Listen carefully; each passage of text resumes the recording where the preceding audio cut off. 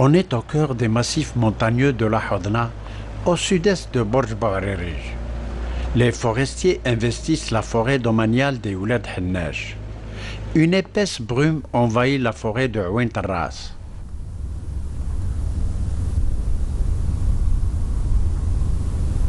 Ces massifs sont des plus accidentés et renferment une riche et variée biodiversité floristique.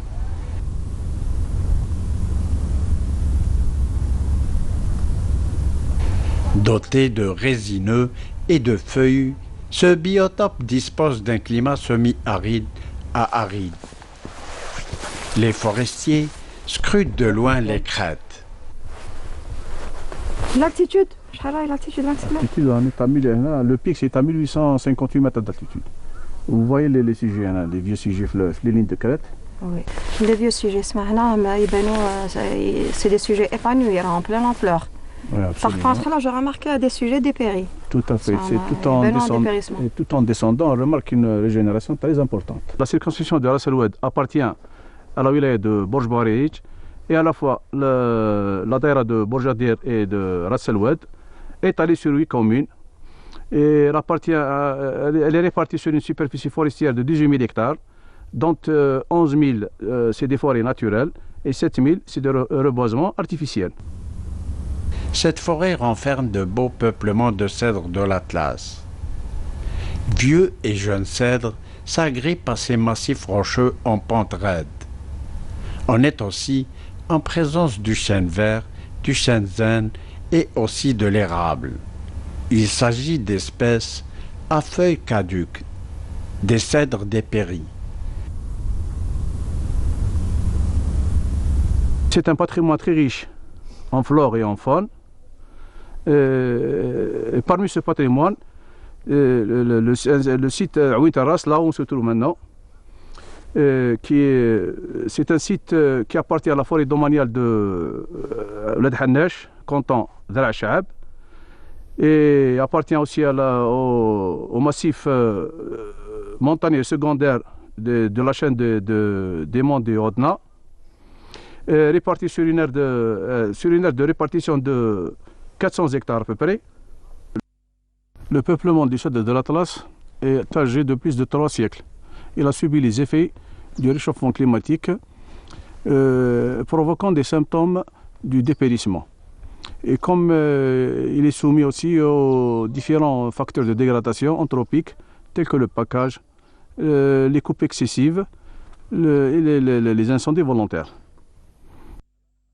De fortes pressions anthropiques pèsent sur ces massifs forestiers. La forêt est soumise à un package à la fois intensif et extensif. Certains riverains utilisent ce milieu forestier pour nourrir leurs cheptels, ovins et caprins.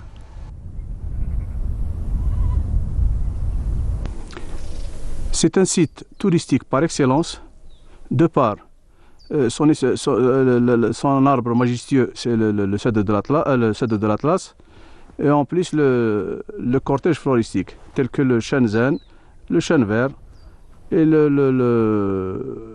genévrier oxycèdre.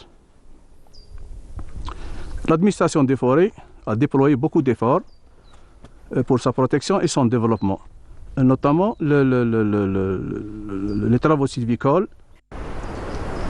Les travaux sylvicoles n'ont pas encore concerné les vieux sujets de cèdres dépéris ou morts sur pied.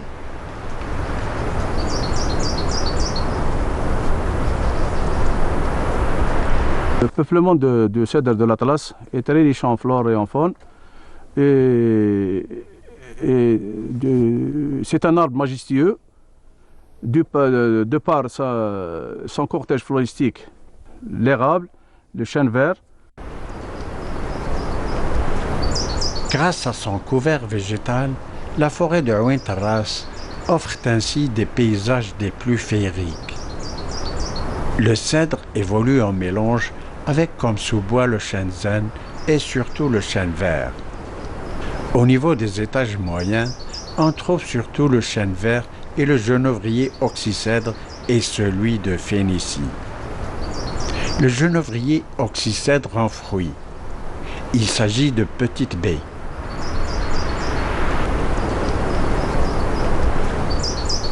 Le chêne vert se décline en taillis.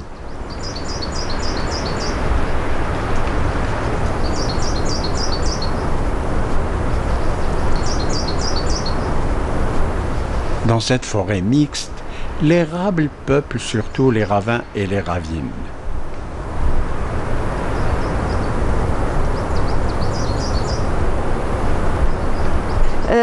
Venant de la chaîne de montagne de Winora jusqu'au mont de Ouleteben, l'espèce du cèdre de l'Atlas est bienvenante. C'est la raison pour laquelle que la conservation des forêts a procédé à repeupler encore 40 hectares à la commune d'El Loch, au sud de la wilaya, là où cette espèce peut encore s'épanouir du moment que cette espèce est majestueuse et noble. Donc nous avons l'intention de densifier encore cette espèce et de lui donner plus d'ampleur au niveau de cette wilaya. Vu la régénération importante et vu les menaces envers ce site et vu son importance touristique, donc le réseau routier il est également pris en considération. Donc afin de préserver ce patrimoine et afin de pouvoir lutter contre les incendies, donc le réseau routier il est pris en considération et qui est généralement aménagé périodiquement. Soumise au phénomène du package, la forêt de Ouin Terras est aussi menacée par les incendies en période d'été. Cette forêt bénéficie d'un réseau de pistes aménagées et ce pour parer à d'éventuels feux de forêt. Ouin Terras est ce milieu naturel qui reste des plus vulnérables.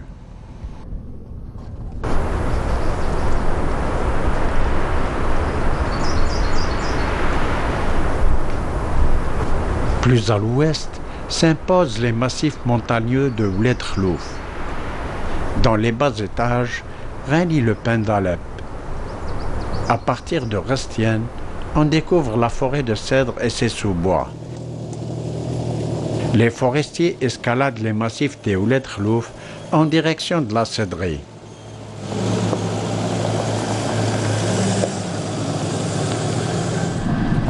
Ainsi, le chêne vert et cèdre accaparent ces terrains. Les forestiers inspectent les lieux en vue d'engager des travaux sylvicoles.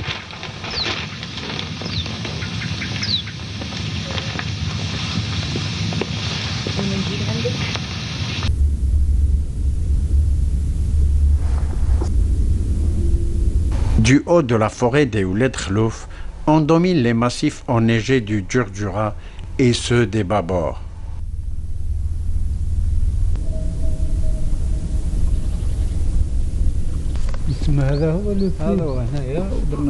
En haute altitude, le cèdre est clairsemé.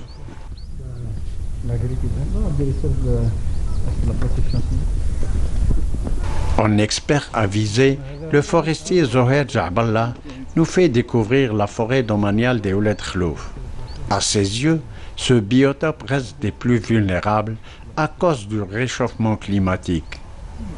La forêt domaniale d'Ouled Khlouf, d'une superficie de près de 7686 hectares, donc dans 13 cantons, qui s'étend dans la partie méridionale de la wilaya, aux confins des limites administratives de la wilaya de Msila aussi.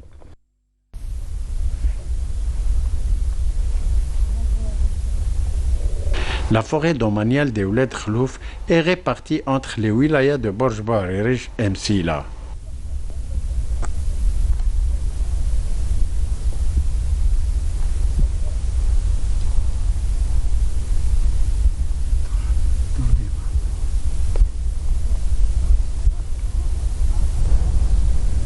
Le flanc sud renferme de beaux cèdres bienvenants.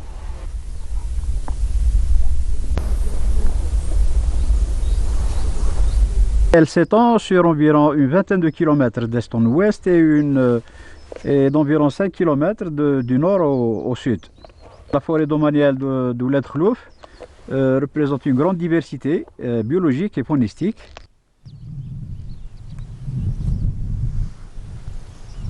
Sur ces sols rocheux, de nombreux cèdres ont dépéri à cause de leur âge avancé.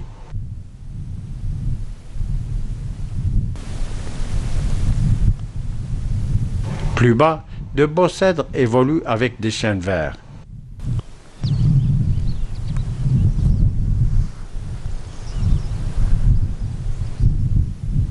Nous avons installé deux caméras, des caméras pièges à infrarouge. Donc on a des enregistrements diurnes et nocturnes pour confirmer le dénombrement de cette faune sauvage.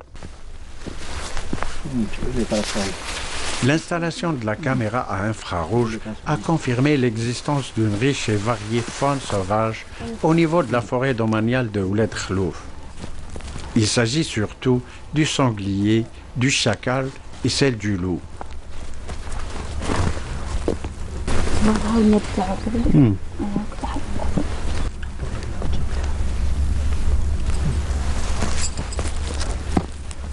La caméra constitue aussi cet outil efficace pour le dénombrement d'autres mammifères dont l'observation se fait de plus en plus rare au niveau de cette grande forêt des Ouled Khlouf.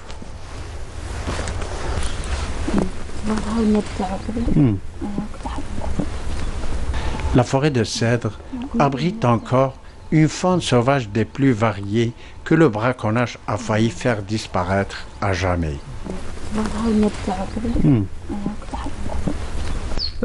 Pour faire connaître notre cédré, une magnifique cédrée avec une forêt pure, relictuelle et saine aussi.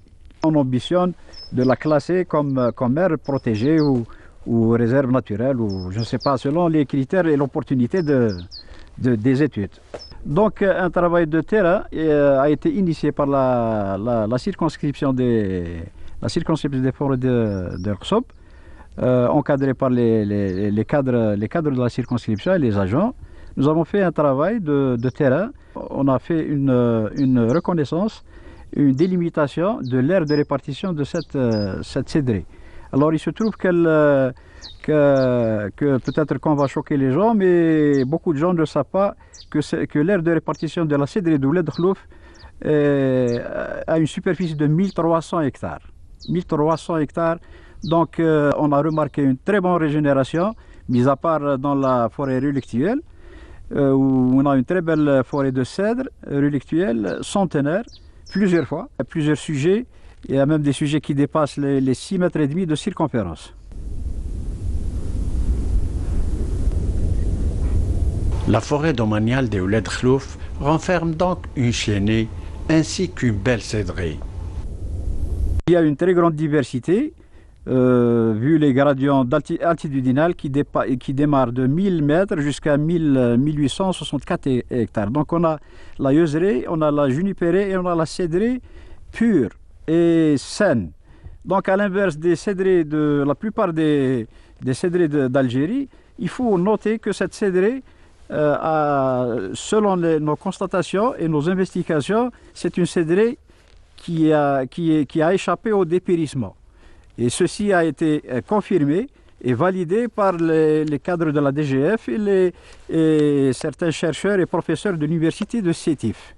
Nous avons remarqué qu'il n'y avait pas de dépérissement, une très bonne régénération, d'où l'ambition peut-être dans le futur de proposer cette cédrée en aire protégée, donc selon les critères de choix et l'opportunité du classement et de sa catégorisation.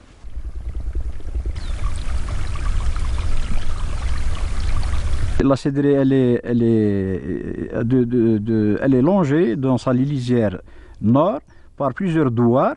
Donc on a d'est en ouest, on a Oumeddissa, on a Ouled Issa, on a Ouled Boushab et la grande localité de Rafsiten, dont la plupart des gens pratiquent l'élevage ovin et bovin et caprin aussi. Et donc ils se trouvent confinés à notre forêt. Cette forêt subit de fortes pressions à cause de l'activité de l'homme.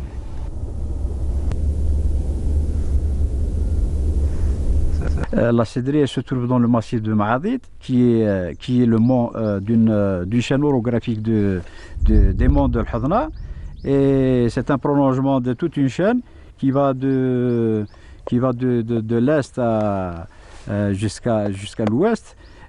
Cette cédrée qui est confinée aussi et c'est limité, en limite avec la wilaya de Msila dans son versant nord, le moins boisé. Alors, pour ce qui est des incendies, pour vous donner une idée sur sur la dernière décennie, donc nous sommes chanceux d'abord, et chanceux de par la nature et de par aussi l'intervention de nos agents qui sont sur terrain tous les jours.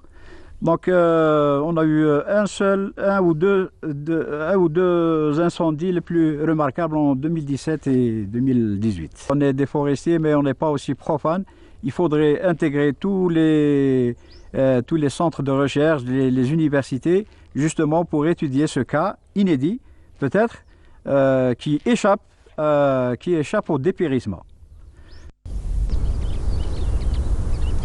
La cédrée affiche une bonne régénération. À même les crêtes, des reboisements de cèdres ont abouti ainsi à de bons résultats. La forêt domaniale des Ouled Khlouf et sa cédrée reste donc ce rempart naturel contre la désertification dans cette région de la Hadna, réputée pour son aridité.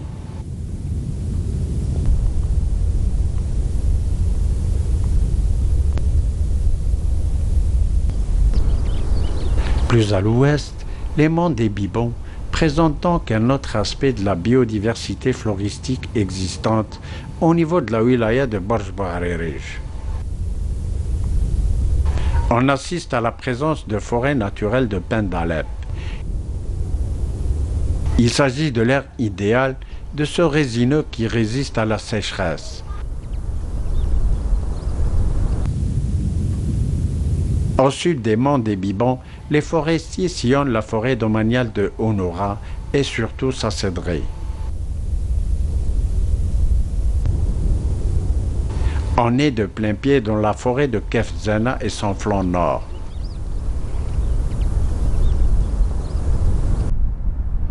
Ici, le chêne vert et le cèdre partagent ces terrains rocheux. Les grands froids nocturnes ont gelé les rameaux des arbres. La forêt de cèdre de Kefzana constitue donc cette relique de l'ère glaciaire. Au niveau des basses altitudes, le cèdre vit en mélange avec le chêne vert et les genévriers oxycèdres et celui de Phénicie. Nous sommes dans la cédrée de Kefzana, Daïra de Mansoura, commune de Ben Daoud. Donc c'est compte 29 hectares de cèdre de l'Atlas, qui c'est une relique, continuité géographique depuis Bellezma, Betna, Sitif Boutaleb, Ras Louad Ouin Terras et les Maadid. Maadid, c'est la limite entre Msila et Borj Bouharerij. Nous sommes la ligne de crête entre Hammam Dal'a et Borj Bouharerij Ben Daoud. Et maintenant à l'ouest, c'est Bouira, où il y a des reliques aussi au niveau des Tikjda, où le cèdre de l'Atlas existe.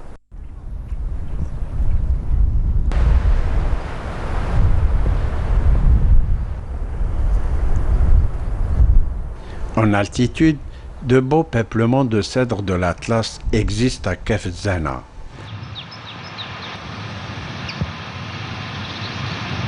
« 29 hectares de reliques de cèdre de l'Atlas qui souffrent un petit peu des conditions climatiques. Donc, les étages bioclimatiques qu'on trouve au bas, c'est l'alpha en état de dégradation. Et ensuite, c'est le chêne vert à 1400. Ici, l'altitude, c'est 1450 jusqu'à, s'il trouve le cèdre, jusqu'à 1750 mètres d'altitude.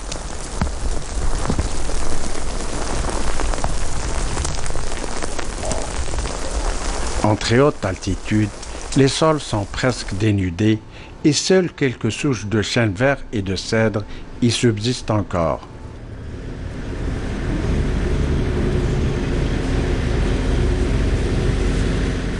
Cette céderie a subi beaucoup de contraintes et des agressions. Si on cite sur l'homme, l'action de l'homme, le surpâturage, le package, du coupe illicite et aussi bien c'est beaucoup d'incendies.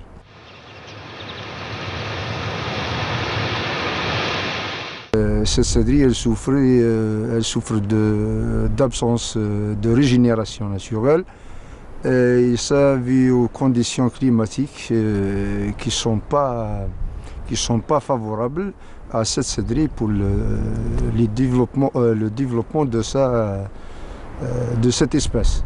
Cette céderie demande des études concernant leur développement et réhabilitation, et ça par des nouvelles plantations de la même espèce, parce qu'elle s'adapte aux états bioclimatiques existants. L'action de package qui a vraiment empêché le développement de cette céderie.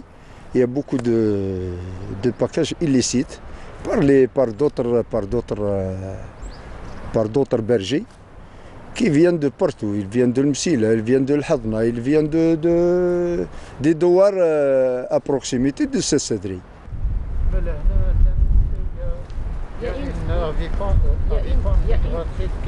Malgré les diverses menaces qui s'exercent sur cette céderie de Kef Zana, les ornithologues notent quand même la présence d'une avifaune et d'une faune importante au niveau de ce site forestier.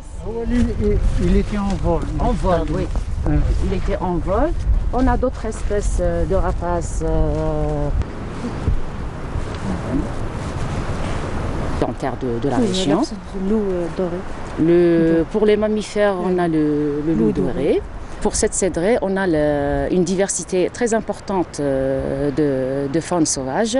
On a la présence de mammifères, on a le liène rayé, la perdrix gambra, la tourterelle des bois qui est une espèce migratrice.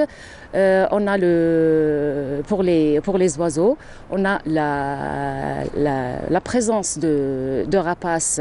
On a le faucon cresserelle, le milan noir, l'aigle de Bonelli et d'autres espèces migratrices.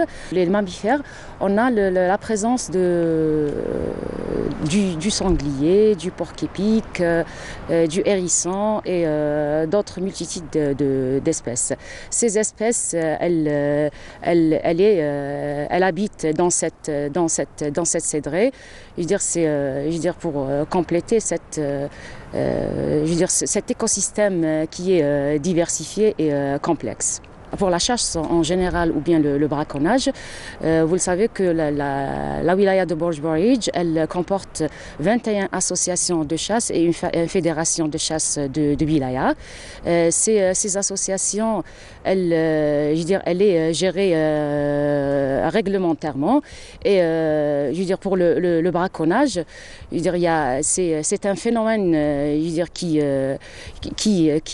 dégrade cet écosystème forestier, parce que quand on braconne ces espèces, il y aura une extinction. La forêt domaniale de Ounoura et la céderie de Kef Zana constituent cet écosystème des plus complexes où faune, avifaune et flore évoluent en osmose.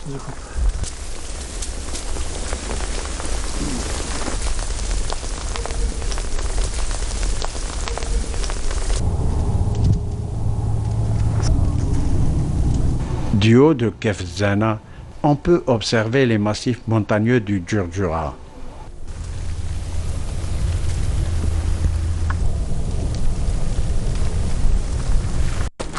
En somme, les sites forestiers de la Hadna restent vulnérabilisés par l'activité de l'homme.